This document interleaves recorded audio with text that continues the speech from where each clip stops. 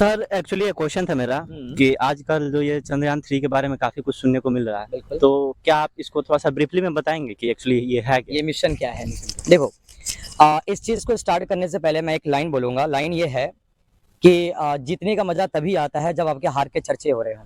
ये चंद्रयान 3 मिशन जो है वो इस लाइन पे ही सटीक बैठता है। क्यों बैठता है इसका रीज़न मैं आपको समझाता हूँ। ऐसे ऑलरेडी हम लोग इस चंद्रयान 3 से पहले चंद्रयान 1 और चंद्रयान 2 के मिशन में ऑलरेडी हम जो है अनसक्सेसफुल हो चुके हैं और हमारा जो है सक्सेस रेट जो है वो बहुत बुरा रह चुका है। चंद्रयान 3 हमारे लिए सिर्फ स्पेस सेंटर के दृष्टिकोण से इंपॉर्टेंट नहीं है। चंद्रयान 3 मिशन जो है कहीं ना कहीं इंडिया के इकोनॉमी के लिए भी बहुत ज़्यादा इंपॉर्टेंट है। 1998 में 1960 के आसपास जो है नासा का स्थापना हुआ था और नासा की स्थापना के साथ साथ ही हमारा जो है इसरो का भी स्थापना हुआ था और दोनों स्थापना आसपास में हुई और आज हमारा नासा जो है, हमारा इसरो जो है कहाँ है और नासा कहाँ से कहाँ पहुंच गया।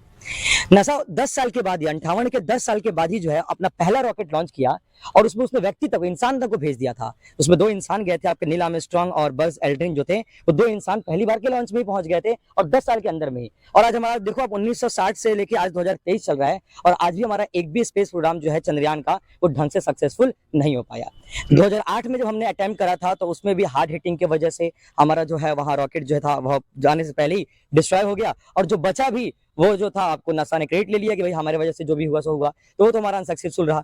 फिर हमने 19 में कोशिश करी, 19 के आसपास जो कोशिश करी थी वो लॉन्च भी तो सही हुआ, लेकिन आधा किलोमीटर पहले ही जाके जो है वो क्रैश लैंडिंग हो गया वहां पे, वो भी खत्म हो गया। अब जो है हमारा 2023 इसमें पूरा इंटरनेशनल नजर बनी हुई है हमारी इस मिशन के ऊपर। पूरा इंटरनेशनल स्टैंडर्ड जो है इसको कहीं ना कहीं देख रहा है। हमारे 11 देश जो ऑलरेडी इसके अंदर पहले से सक्सेस हासिल कर चुके हैं वो सब कहीं ना कहीं देख रहे हैं। तो हमारा इंडिया चौथा ऐसा देश बनेगा जो चंद्रयान की इस मिशन को सक्सेसफुल करे जाएगा। उससे पहले यूएसएसआर जो था जो है सबसे पहले अमेरिका से भी पहले वो सक्सेस पा चुका था, लेकिन किसी ने इंसान को उसने किसी इंसान को नहीं भेजा था लूना के उस पे, उसने सिर्फ रॉकेट को ही भेजा था। उसके बाद अमेरिका था, उसके बाद चाइना था, चौथा हमारा इंडिया बनेगा उसमें। तो इसलिए इंपॉर्टेंट इकोनॉमी के दृष्टिकोण से इंपॉर्टेंट क्यों है वो भी जरा समझ लो आप लोग।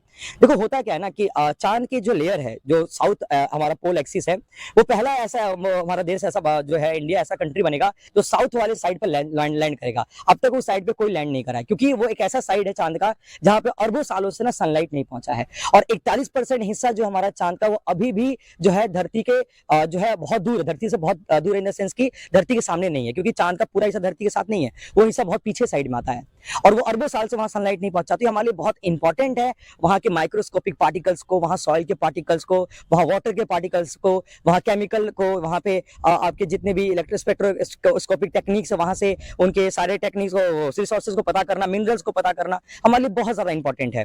पानी अगर है तो कितने अमाउंट में है, कितना हमारे लिए फायदेमंद है, अगर वहां चांद के लेयर है तो कितना एज हो गया, कितना साल पुराना चांद है हमारा, क्योंकि चांद के एज से, चांद के इवोल्यूशन से आप अर्थ के भी इवोल्यूशन को पता कर सकते हो। इनफैक्ट आप बहुत सारे प्लेनेटरी मूवमेंट, प्लेनेटरी जो एज है वो सब पता कर सकते हो कहीं ना कहीं, कितना माया है, कितना बाया है, कितना बिलियन ईयर अगो चीजें हैं, कितना बिलियन ईयर अगो चीजें। क्योंकि अच्छा मुश्किल इसलिए ये चीज बहुत हमारे लिए कहीं ना कहीं कठिन भी है ये चीज मिशन का सक्सेस होना, क्योंकि वहां बहुत क्रेटर्स है। क्रेटर्स का मतलब होता है गड्ढे, पहाड़, वैली बहुत सारे हैं वहां पे। तो जो लैंड कराने की जो स्थिति है ना वो कहीं ना कहीं बहुत मुश्किल हो जाती है वहां पे कि क्या वो ढंग से लैंड करेगा कि नहीं करेगा, क्या वो लैंड के टाइम पे डिस्ट्रॉय हो जाएगा या लैंड के टाइम में सक्सेसफुल नहीं हो पाएगा, या लैंड के टाइम पे हमारा जो सेंसरी इन्फॉर्मेशन है क्या वो खराब हो जाएगा या वो जो है क्लैश कर जाएगा। तो ये बहुत सारी चीजें हमारे लिए मैटर करती है और कहीं ना कहीं हमारे भारत के प्राउड की मोमेंट इसलिए भी है कि पूरे दुनिया का नजर है हमारे इस मिशन के ऊपर। पहला देश बन जाएंगे हम लोग जो साउथ पोल पे जाने वाला है, उससे पहले किसी देश ने ये मुकाम हासिल नहीं करा है। और दूसरी सबसे इंपॉर्टेंट चीज है कि हमारा ये जो मिशन है ये कहीं ना कहीं बहुत सस्ते में बनाया गया है। यही मिशन को अमेरिका ने मतलब पता नहीं कितने मिलियंस ऑफ डॉलर में खर्च किया था और ये हमारा सिर्फ 615 630 के आसपास जो है उसमें पैसे में बना दिया गया है, मतलब उसके क्या कहते हैं आपको उसमें अरबों में, ठीक है ना। तो ये बहुत कहीं ना कहीं जो है सस्ता, करोड़ों में, सॉरी करोड़ों में क्या है, तो बहुत, हाँ 615 करोड़ 30 करोड़ के आसपास बनाया गया, तो बहुत एक से सस्ता भी है। इनफैक्ट चंद्रयान 2 से भी सस्ता ये है, थोड़े चेंजेस किए गए हैं इसके अंदर लेकिन उससे भी सस्ता है। देखो हमारा जो इसरो है ना वो पॉलिटिक्स का शिकार हो रखा था। देखो आप नासा के साथ बनाया गया, नासा कहां से कहां पहुंचा और ये अभी तक यहीं का यही है। पॉलिटिक्स है, बजट है, फाइनेंशियल इश्यूज हैं और भी बहुत सारे उनके इंटरनल इशू रहे होंगे, लेकिन अब जो है सब कुछ सेटल्ड है और अब सब दुनिया की नजर है इस पर बनी हुई है। इनफैक्ट हम सब देशवासियों की नजर बनी हुई है कि हमारा देश का ये बहुत बड़ा गौरव और बहुत बड़ा प्राउड का मूवमेंट होने वाला है। हम सबकी खुशी जो है इसके अंदर कहीं ना कहीं छुपी हुई है। और हम लोग अब ईश्वर से दुआ करेंगे, ऊपर वाले से दुआ करेंगे कि 1 महीना बाद जो हमारा रिजल्ट आने वाला है वो परफेक्ट हमारे लायक हो और चंद्रयान हमारा मिशन सक्सेसफुल हो जाए और प्राउड से हम अपने दुनिया के अंदर ये कह सकें कि हम भी वो देश हैं जिसने ये चीज जो है हासिल कर ली है ना।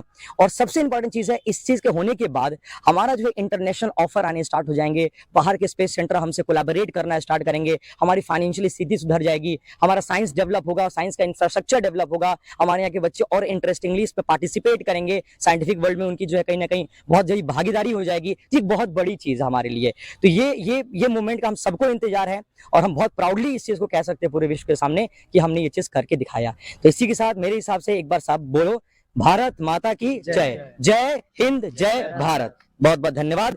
हमारी इसी नॉलेज के लिए, इसी चैनल की नॉलेज के लिए आप हमारे चैनल को सब्सक्राइब कर सकते हैं। चैनल का नाम है साइंस बाय अनुराग। ऐसे छोटे छोटे क्रिस्प एंड ट्रिकी कॉन्सेप्ट्स को अच्छे से समझने के लिए आप हमारे चैनल को लाइक करें, शेयर करें, सब्सक्राइब करें और अपने यार दोस्तों में जरूर इसको बताएं कि ये चीज कितना इंपॉर्टेंट है।